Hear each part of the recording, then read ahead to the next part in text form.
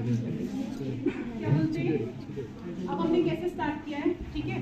तो सबसे पहले तो हमने रिएजेंट्स प्रिपेयर किए, ठीक है। आप लोग बस वो स्टेप नहीं देख पाए कि हमने रिएजेंट कैसे बनाए। रिएजेंट बनाने में कुछ नहीं था, जैसे मैंने आप लोगों को कुछ इंस्ट्रक्शन सेंड की है वेइंग की हमने, और उसके बाद उसको वाटर में डिसॉल्व कर दिया, ठीक है।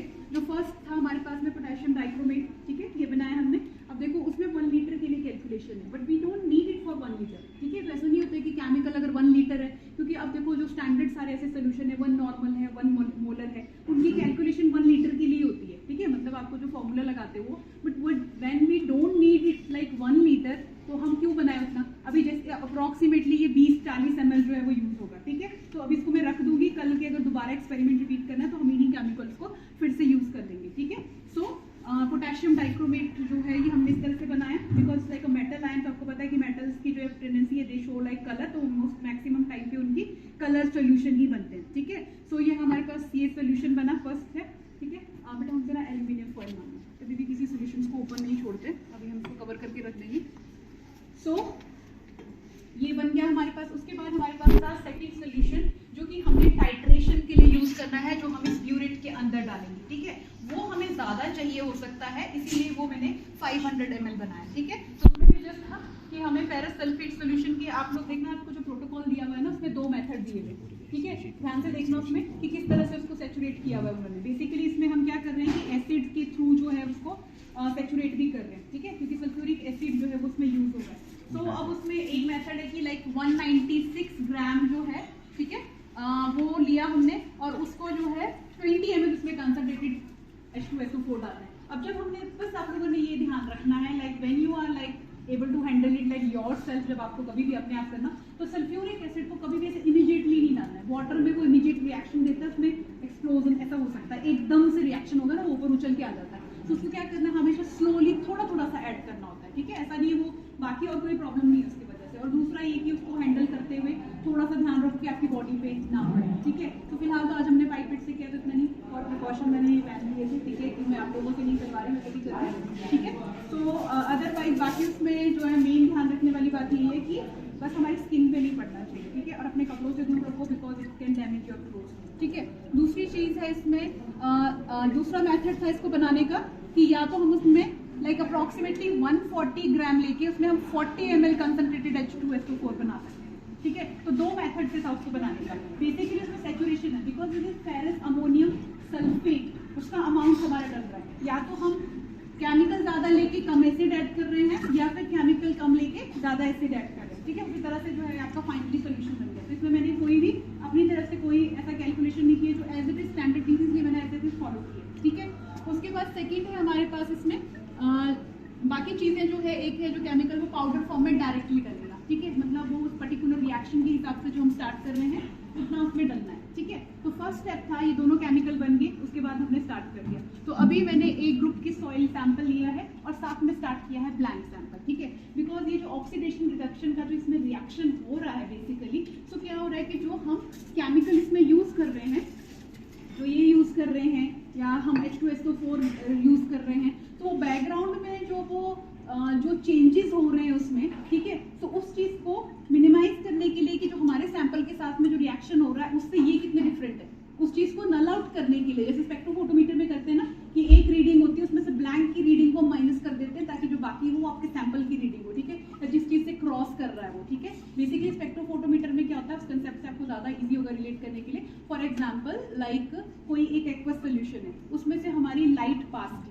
ठीक है। अब आपको पता है कि जब लाइट पास कर रही है तो किसी सोर्स से जा रही है, ठीक है, और लाइट की क्या प्रॉपर्टी होती है, लाइक जो भी एक वेवलेंथ है, हर किसी एक मॉलिक्यूल की प्रॉपर्टी होती है, किसी पर्टिकुलर वेवलेंथ को अब्सॉर्ब करता है। अब मैंने लाइट तो पूरी तरह से डाली थी, ठीक है, लेकिन क्या हुआ, बीच में ऐसा सब्सटेंस था जो एक पर्टिकुलर लाइट को अब्सॉर्ब करता था।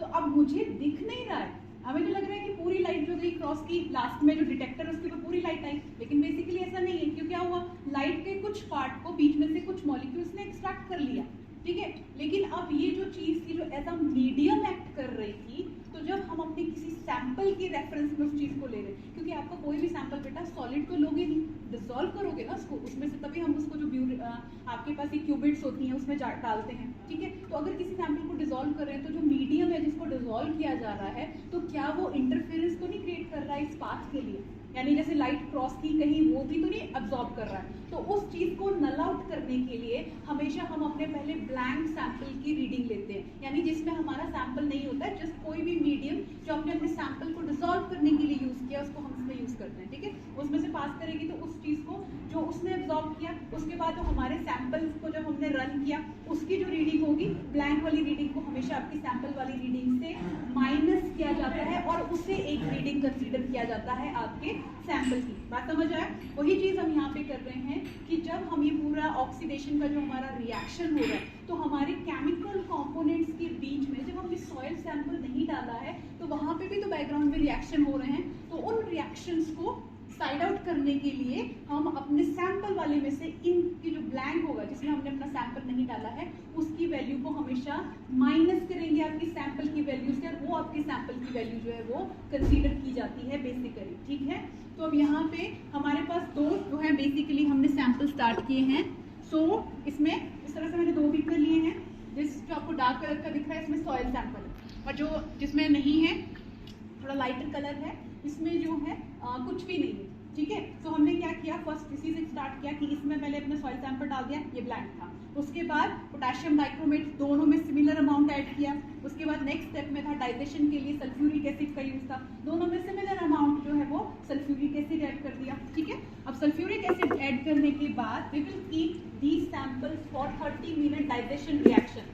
30 मिनट के लिए हम इनको रख देंगे। ठीक है, और 30 मिनट के बाद we will proceed with the further step. ठीक है, जिसमें कि हम इसमें एक इंडिकेटर ऐड करते हैं। ठीक है, और इंडिकेटर ऐड करने के बाद फिर नेक्स्ट स्टेप स्टार्ट होता है फेरस अमोनियम सल्फेट के साथ में टाइट्रेशन। जब इंडिकेटर इसमें हम ऐड कर देते हैं, एट दैट टाइम जो सोल्यूशन का कलर है, जैसे आप लोगों को मैंने वीडियो सेंड किया था उसमें भी आप लोगों ने देखा था, in the beginning it is blue in colour. ठीक है, जैसे जैसे हम टाइट्रेशन करते जाएंगे और क्या ये टाइट्रेशन के लिए जो हम इसमें ऐड करेंगे तो ये लाइट कलर का होता जाएगा, it will turn into green colour. ठीक है, लाइट ग्रीन कलर, पर हमने वो देखना है कि हम we will not try to find out the leaf green colour. It is like कि ये ब्लू टिंच से आपकी ग्रीनिश टिंच में कन्वर्ट हो रहा है। जिस पॉइंट पे ये ग्रीनिश टिंच में कन्वर्ट हो जाएगा एट दैट पॉइंट हम ये ऐड करना बंद कर देंगे। ठीक है, फॉर एग्जाम्पल यहाँ से मैंने स्टार्ट किया, जैसे इसमें आता है 50 ml। ठीक है, यहाँ मैं 0 से रीडिंग सेट करूंगी और उसके बाद इसमें धीरे धीरे नीचे से नॉब ओपन करके उसमें डालना शुरू करूंगी, तो वो बहुत धीरे धीरे ऐड होता है, लाइक जैसे कि 1 ml नहीं सीधे ऐड हो जा रहा है, बहुत थोड़ा थोड़ा थोड़ा ड्रॉप बाय ड्रॉप उसमें चल रहा होता है। ठीक है, तो वो ऐड होता जाएगा, मैं शेक करती रहूंगी अपने नीचे सैंपल को, फिर मैं देखूंगी फॉर एग्जाम्पल हो सकता है 15 ml डालने के बाद मैं देखूंगी कि शायद कलर तो नहीं चेंज होना शुरू होता है, तो एक बार अच्छे से उसको थोड़ा सा स्टेबल करके रख लूंगी। अगर कलर चेंज हो गया, ये ग्रीन आ गया है, तो now it is the stop point. ठीक है, तो मेरी सैंपल की रीडिंग वो 15 ml है। ठीक है, अब मैं वही चीज अपने ब्लैंक के लिए सिमिलर रन करूंगी, यहाँ से फिर से इसमें डालूंगी, तो हो सकता है कि मेरे सैंपल के लिए वो जो रीडिंग है, I am not also sure कि कितना डलता है, सैंपल के लिए ज्यादा नहीं होती, मतलब जो ब्लैंक होगा उसके लिए ऑब्वियसली मेरे अकॉर्डिंगली ज्यादा नहीं होगा, तो हो सकता है कि वो 5 या 10 ml में ही आपका ग्रीन टर्न होगा। ठीक है, सो अब हमारे पास बेसिकली एक्सपेरिमेंट के थ्रू क्या वैल्यूज आई, फेरस सल्फेट की वैल्यू आई है। ठीक है, फेरस अमोनियम सल्फेट की वैल्यू आई कि उसको ग्रीन कन्वर्ट करने में 10 ml लगा या 15 ml लगा। फिर वो चीज हमारे पास जो आपको मैंने कैलकुलेशन सेंड की है, उस कैलकुलेशन में वो वैल्यूज को हमने पुट करना है। ठीक है, आपकी फर्स्ट इक्वेशन है जिसमें कि वी हैव लाइक जो वॉल्यूम कितनी कंज्यूम हुई जिसने रिडक्शन में हेल्प की।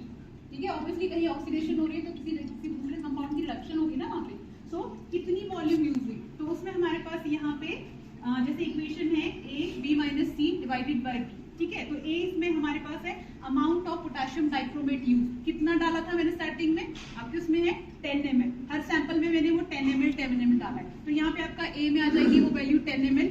B है हमारे पास ब्लैंक की रीडिंग, ब्लैंक के सैंपल को ग्रीन टर्न करने के लिए कितना ये यूज हुआ है, वो चाहे 10 ml आया, 15 ml आया, 16 आया, चाहे मतलब ऑड इवन जैसे भी नंबर में आ रहा है वो आपने वहां पे लिखना है। -C है आपके सैंपल की रीडिंग, जो से ज्यादा या कम जिस हिसाब से भी होगी। ठीक है, तो वो रीडिंग आपने यहाँ डालनी है, डिवाइडेड बाय अगेन जो ब्लैंक की रीडिंग है उससे डिवाइड करके आपके पास यहाँ पे एक आएगी लाइक वैल्यू D। अब ये जो वैल्यू D आएगी इसको आपने यूज करना है ऑर्गेनिक कार्बन का कंटेंट मेजर करने के लिए, जो इसमें इक्वेशन D भी है आपके पास में।